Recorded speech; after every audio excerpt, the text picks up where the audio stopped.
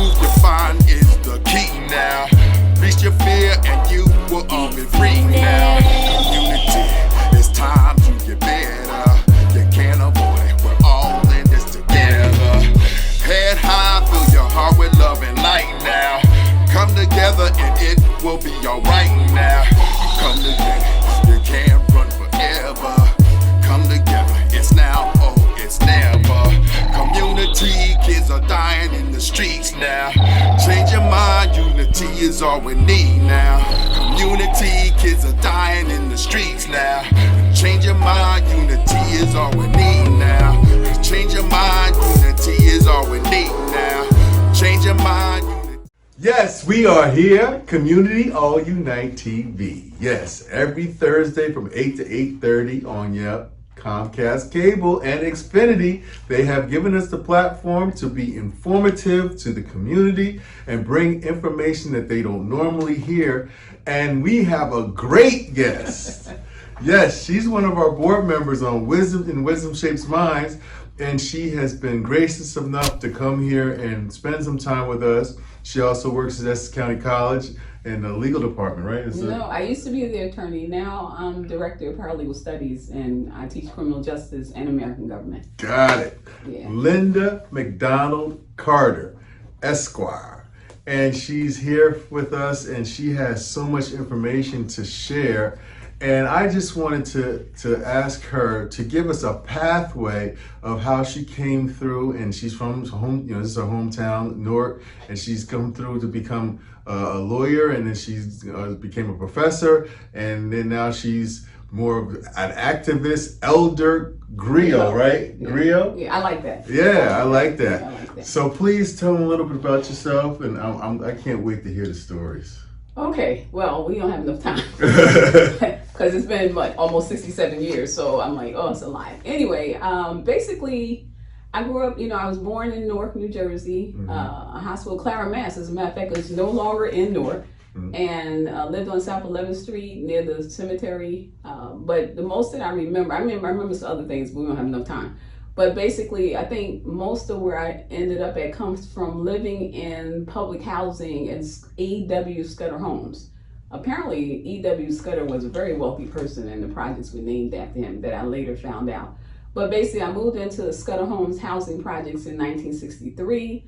We were some of the first families to get there. I think it's important that people know about public housing because it has a bad rap. But before we could move in, representatives of Housing Authority would come, spot check to see how clean our house was, and they came to see how my parents were raising us before we can actually move into public housing. Not only that, is that everybody on every floor had the responsibility to scrub and wax the floors and wipe the walls down. Everybody except the senior on the floor. That was just part of what you did, and it wasn't a big deal because black folks were really clean people. Because they were dark, people had told them that they were dirty, and so I guess we were compensating by being as clean. People would say if you had one pair of underwear, no matter how raggedy it was, the idea was to make it clean. So if you got hit by a car, you wouldn't embarrass the community or your family. That was really important.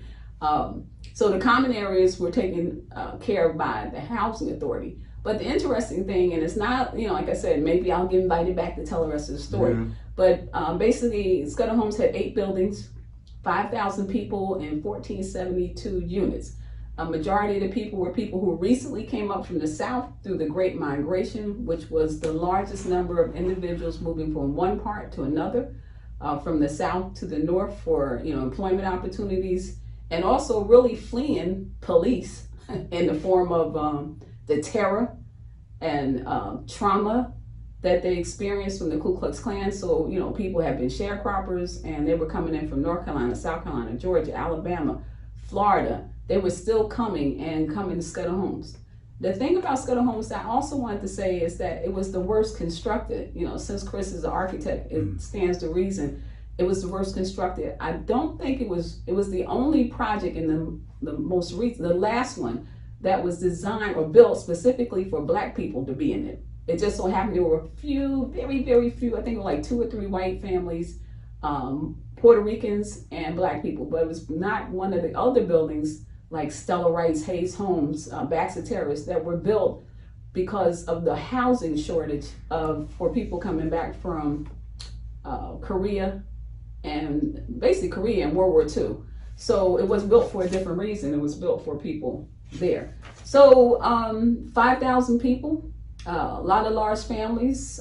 Most of you may not know, but in the South, if you're a sharecropper, you need 18 to 20 children. You need 18 to 20 because you have to have enough people to be able to work, to be able to get the money, not necessarily the money, but to be able to survive.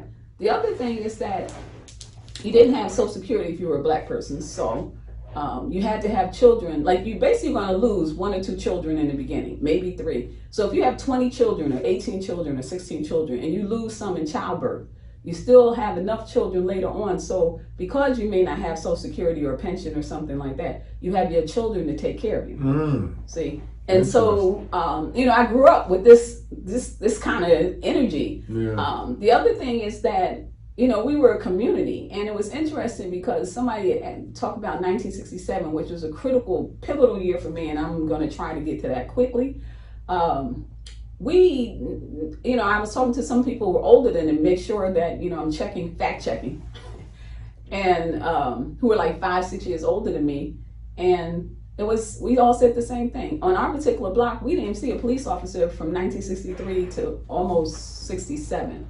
And only one time did we see a police officer come on the block. That was primarily because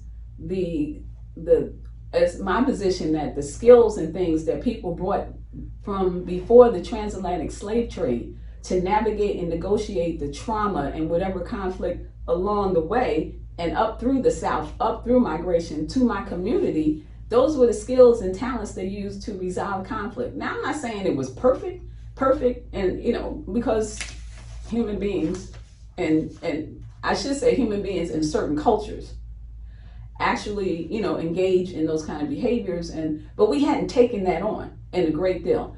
When people talk about guns and drugs and homelessness, we had no homelessness. There were no guns and there were no drugs before 67, and then magically all these things happened.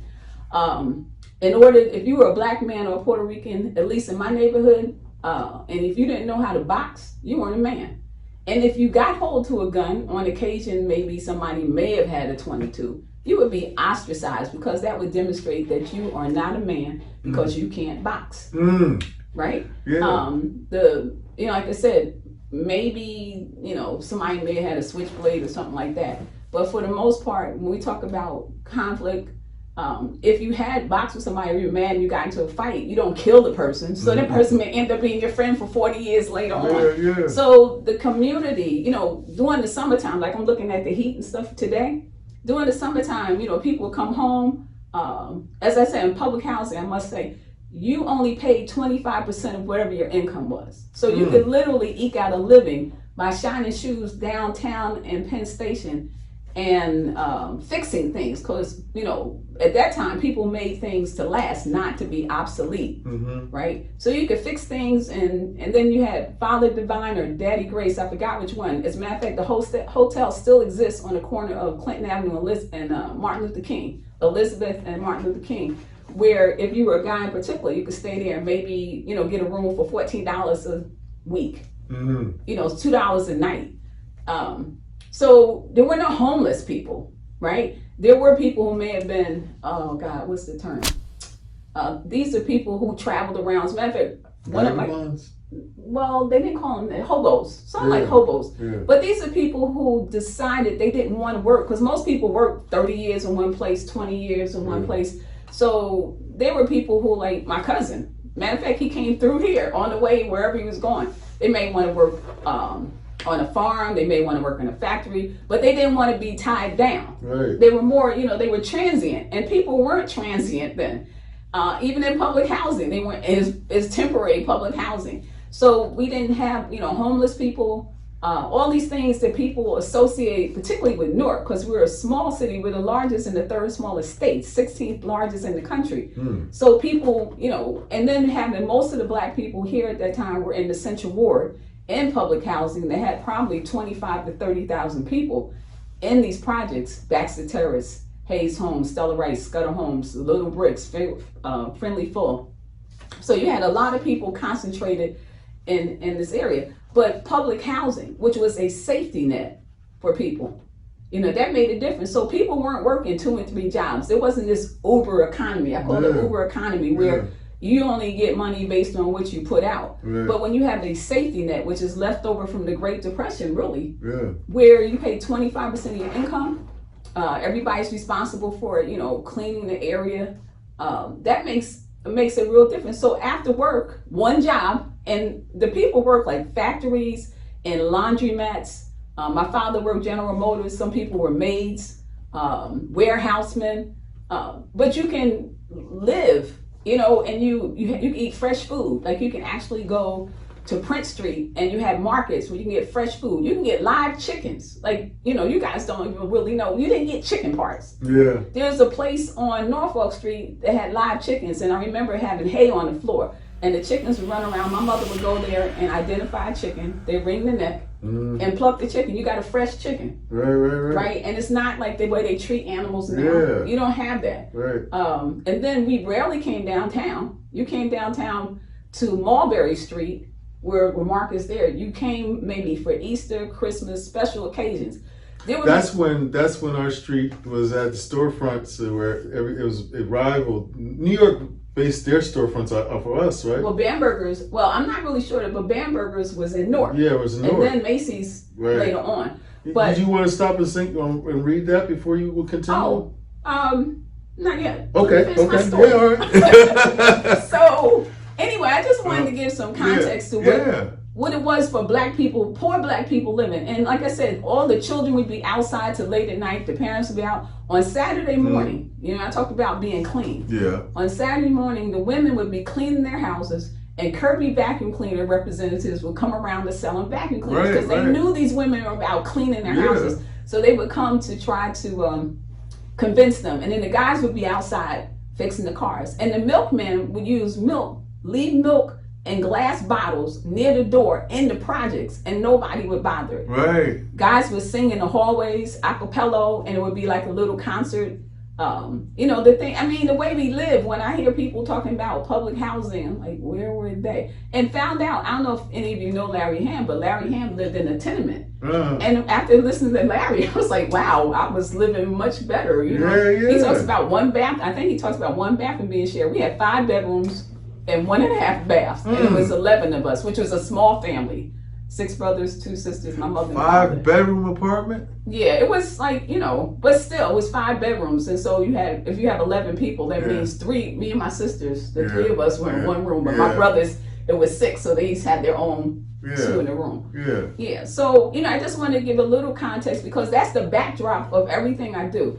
Also, the other thing, just to say quickly, is, and I keep saying that, but I don't seem to be meeting the time, but during that time when people went to college, you went to college to come back and serve your community. It wasn't about money. It was about, we would not have the opportunity, the doors would not be open, but for people who are nameless, we may not know, who put their lives on the line. So we had a responsibility to them to come back and serve the community. So my whole impetus, initially I went to college because I was going to buy my mother a house. My mother's from West Virginia. She grew up on a farm, and I knew the projects, even though I would do it all over again because I had so much fun. Yeah. But for her, having grown up on a farm, I think it had a little impact. So I said, I'm going to go to college so that I can make enough money to get a house for her. And my mom died when I was 19. So I'm the oldest of 9, which means right then as the oldest, you always had certain responsibilities. But then my purpose moved from getting her house to it shifted to serving the community totally. And that's what I've been doing in whatever capacity since 1975. How did they treat veterans back then? Well, my father was a veteran. And interesting you say that because I can't tell you, especially for Black veterans, you don't really know what they saw. My father's hands used to shake. I was told that they had to go behind the other soldiers and dispose of the bodies and things. So I used to think it was like my hand was shaking and it was like part of my genetics. But when I realized he served in the military, but he, and I don't know what happened, but he would not try to get a house with the veterans loans. Right. It was something that, because I remember mentioning it, but he, for whatever reason, there was something from his experience that probably just didn't encourage him to want to take that on. And interesting, my grandfather, my great-grandfather, there's actually a cemetery in Fayetteville that has them, and I've had relatives who served that I know of, World War I, World War II, Korea, Vietnam, and all four. Yeah. And some of them are buried in that cemetery. So I have a long history, at least on my dad's side, I know a long history of people serving in the military. Right. So like in our, right now at this time, they don't want veterans in their backyard. Like we tried to do a project in the Ironbound, and they basically denied the project when it was a great housing facility for some homeless veterans to help rehab them and put them in programs. They just don't want them in, even if we had a rooftop rec area where they weren't going to have to go out if they want to smoke cigarettes.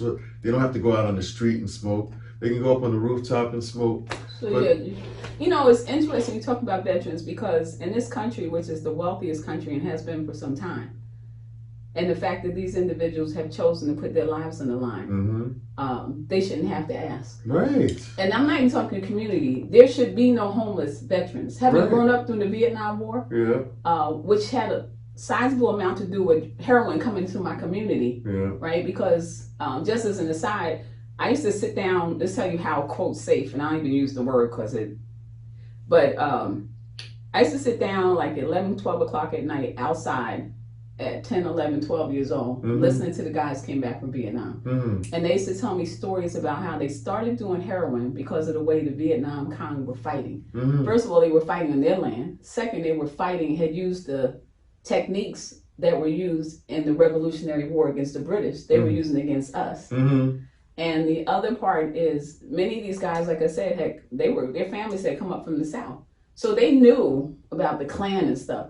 But the Viet Cong took them to another level. So many of them started doing heroin because they figured they were going to die. And they wanted to know, they wouldn't know when they were going to die. So, you know, when you talk about facilities, there should be no homeless veterans. Right. And that goes back to the American government, the American public, and not knowing what their power is. And not knowing that there should never be a situation where there's anybody homeless in the United States. Sure. There should never be a situation, particularly where veterans, people who put their lives on the line for our, quote, democracy, are actually, you know, frowned upon. Now, there could be some other issues that maybe you don't know about because, you know, there's a lot of issues down the East Ward, and they may think that people are taking advantage of them. Why don't you put it in another community where wealthier people live, right? I don't know. I don't know, but that's something people need to ask them. Why is it? Yeah. You know, why is it?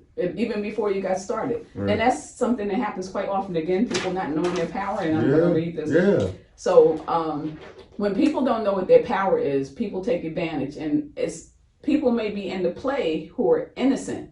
They don't know. But there's so many other variables that we don't know about. So if you want, we can move to the power of the people. Yes, please. Yeah, well, back in the day, you used to say power to the people. And when we stopped saying that, we should never stop saying that because I can see the results. So anyway, I want to start with this. I'm reading to the audience. I think this is important because we're going to talk about your power. Yes. All right. There's a former artist, musician by the name of Frank Zappa that some of you may know. And he had a piece that I think is very telling, and particularly for people under 50 who don't know any better, and you're not going to get this in your school curriculum. If anything, you have to get it from your parents if they know. You may get some from professors once you get to college. Hopefully somebody in your church or religious institution can share this information. But for the most part, you got to go and do a little research on your own. So Frank Zappa has this piece, which I think is just right on point today. And it reads, civics was a class. Is he going to show it? You think he's? Yeah. Okay. Civics was a class that used to be required before you could graduate from high school, which means you were not leaving high school unless you knew what your power was as a citizen or resident of this country. You were taught what was in the United States Constitution. Now, the Constitution is a piece of paper, but it's only as powerful as we make it. And after all the student rebellions in the 1960s, on all the campuses, civics was banished That tells you how important it is. It was banished from the student curriculum and was replaced by something called social studies. Here we live in a country that has a fabulous constitution and all these guarantees, a contract between the citizens and the government, but nobody knows what's in it. And so, if you don't know what your rights are, how can you stand up for them? And furthermore, if you don't know what's in the document, the Constitution, how can you care if someone is shredding it? And so the Constitution, I'm not saying it's a perfect, well, it's probably the best Constitution and comparable to New Jersey's Constitution, because every state has their own Constitution. And New Jersey has a very good one. And primarily because it was written in 1947. In 1947, everybody had to have civics in school. So when you have people who know what's supposed to be there, you get a good product. Well, as people were moving up my neighborhood from the South, civics was taken out of urban cities. They weren't urban; they were black, poor cities. Later on, urban became the code word, right? Now, if you go back in the segregated South, the teachers were teaching 6, 7, 8, 9, 10-year-olds civics when they couldn't even be second-class citizens. And there's a piece on C-SPAN about this happening, and basically. A lot of people think of the personalities of the civil rights movement, but it wasn't the personalities. It were these 6, 7, 8, 9, 10-year-olds. Now, mind you, a lot of people were, sharecropping at the time in the South. It doesn't mean they didn't have a little middle class, because you had preachers, teachers, and maybe some doctors that served the area, professionals. But for the most part, they were poor people, poorly resourced. Okay. And not in terms of who they were. They were very rich in terms of who they were. So the teachers, like I said, they were teaching 6, 7, 8, 9-year-olds. And then the older children, if you were a sharecropper, the older children who are maybe 10, 11, 12, they got to come home. So they didn't spend the whole year in school, but the younger ones may have. And those young people really became the foot soldiers for the civil rights movement. They actually dress. And if you see any footage, they actually dress prepared to be buried. Now, what does that tell you? You're 6, 7, 8, and you're willing to be on the front line for your parents and your grandparents to have dignity, right? So you're willing to die. You wear your Sunday, when you look at the footage, they used to wear their Sunday go to meeting clothes because they wanted to be dressed so they could just be buried, right? Now, what does that say? That says a lot. So when people come up here from the South, in the 50s, as they're coming in, but primarily, you're talking about 50s, 60s maybe, that's how we end up with the first black this and the first black that. Because these people who understood how to make government accountable, through the civil rights movement, whatever other challenges they had, like Fannie Lou Hamer, she made it possible. She's like critical in your ability to vote in the first place, right? So these young people, kids in grammar school, look at your own children and think, if you have small children, that they're walking around with their Sunday go to meeting clothes on, prepared to die, and understand what death is, right? And so they're willing to go, so they come up, they still have a sense of this. And so those people, those individuals are really I'm going to call them the foot soldiers, that people don't know their names, who open up the doors for opportunities for me to go to law school, for you to go to architect school, for people to do whatever. But also, when you end up with the first black mayor, those different things we have, it's because of these people. Many of them are no longer here, and hopefully this information has been passed to their grandchildren, but they're no longer here. So civics is really important. I teach American government, and I can tell you, I had a student, her mother and father were divorced, and her father was the one with money, and he got her little brother, and she decided to stay with her mother. They happened to be Caucasian. I don't know if that's the right word. We'll call them white. Okay. And she started bringing me curriculums. Her brother was at the Waldorf school. I remember that. What he was learning in the second grade, many of my students had never seen until they got to my class in college. What I found is in the wealthy school districts, they've never taken civics out. And what that means is that they're learning directly or indirectly, particularly for poor, under-resourced, underserved, neglected, ignored communities. They're basically indirectly learning how to manage your tax money. and to prioritize your tax money. And I'm not saying that in their head they're like, okay, we know how to take over the economy of the city of Newark and we're going to determine how the money's going to. That's not what I'm saying. I'm saying the end results are, right? So civics becomes really important.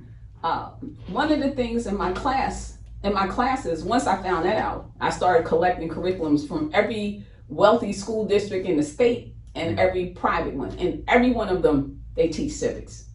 But in our school districts, they don't, it's not something we do. And, you know, sometimes you may have a teacher or a principal who may take the initiative, but for the most part, it's not something that is really important. Right. Anyway, right. So what should you learn from civics? Well, you should learn the Constitution because that's a contract between you and the government. Now, mind you, Black people weren't part of it. We became later on. But the fact is, it's there and it is a tool. So we have a lot of tools in our toolbox to make people accountable to us as part of the civics. One is, and it's part civics, knowing the Constitution, understanding that's a contract. It tells you what your rights are. It shapes the relationship between government and the individuals and the community. Yeah. You have the Bill of Rights, which are really important. That's why they're there. Civics session for 500 students for Delta is the Delta has actually invited me to come to and do something for the students graduating from the East Orange School District. Sure. Yeah, but I'd be more than happy because now with the technology, I can do a Zoom and get like 1,000 people. Yeah. Oh wait, that's what we have. Let's do that. Maybe we should do a yes, a Zoom. Every period we do a Zoom on it because it's a lot more. Yeah. Yeah. I would love to do that. You know what? Thank you so much, Linda, for giving us your time. Definitely. Because I didn't even realize it myself and why it's so important to know the Constitution. Well, if you're not in the discipline, like political science or history, people don't think you need to know. And that, one might argue, is potentially, like if I'm an architect, why I need to know? Well, you need to know. You're getting contracts that are public monies. Yeah. And we just talked about the veterans. Right. Yeah. Okay. Yes. Comcast Cable and Xfinity, channel 1097 and 190, every Thursday from 8 to 8:30. We did it again. And if you don't want to sit and listen to this because you should know it, then you are really not thinking about what your rights are and not thinking about trying to get the power back. And Community All Unite TV is talking about coming together so we can get the power back because we're losing the game right now because of ignorance. And we don't know what the tools are. We don't know what the tools are. That's ignorance. So thank you for tuning in, and we will be back. Check us on YouTube. Follow us. Comment, like, share, and we're gonna keep on bringing you information. I want Linda to come back. I want us to start a YouTube channel or something where we can just do classes on the Constitution. I am damn sure gonna make sure that happens. We call it Power to the People. Yeah, Power to the People classes. Absolutely. Thank you again. Yeah. And over and out. Thank you. Thank you very much. Community. It's a fight now. Right now. It's a fight now. Community. It's a fight now. Head high. Get ready for a fight now. It's a fight now. Eyes wide. It's now. It's a fight now. It's a fight now. Just remember and fill your heart with love now. In your truth, you find is the key now. Reach your fear and you will all be free now. Community, it's time to get better. You can't avoid it, we're all in this together. Head high, fill your heart with love and light now. Come together and it will be alright now.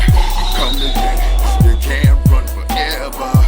Come together, it's now or it's never. Community, kids are dying in the streets now. Change your mind, unity is all we need now. Community, kids are dying in the streets now. Change your mind, unity is all we need now. Change your mind, unity is all we need now. Change your mind, unity is all we need now. Change your mind, unity is all we need now. Change your mind, unity is all we need.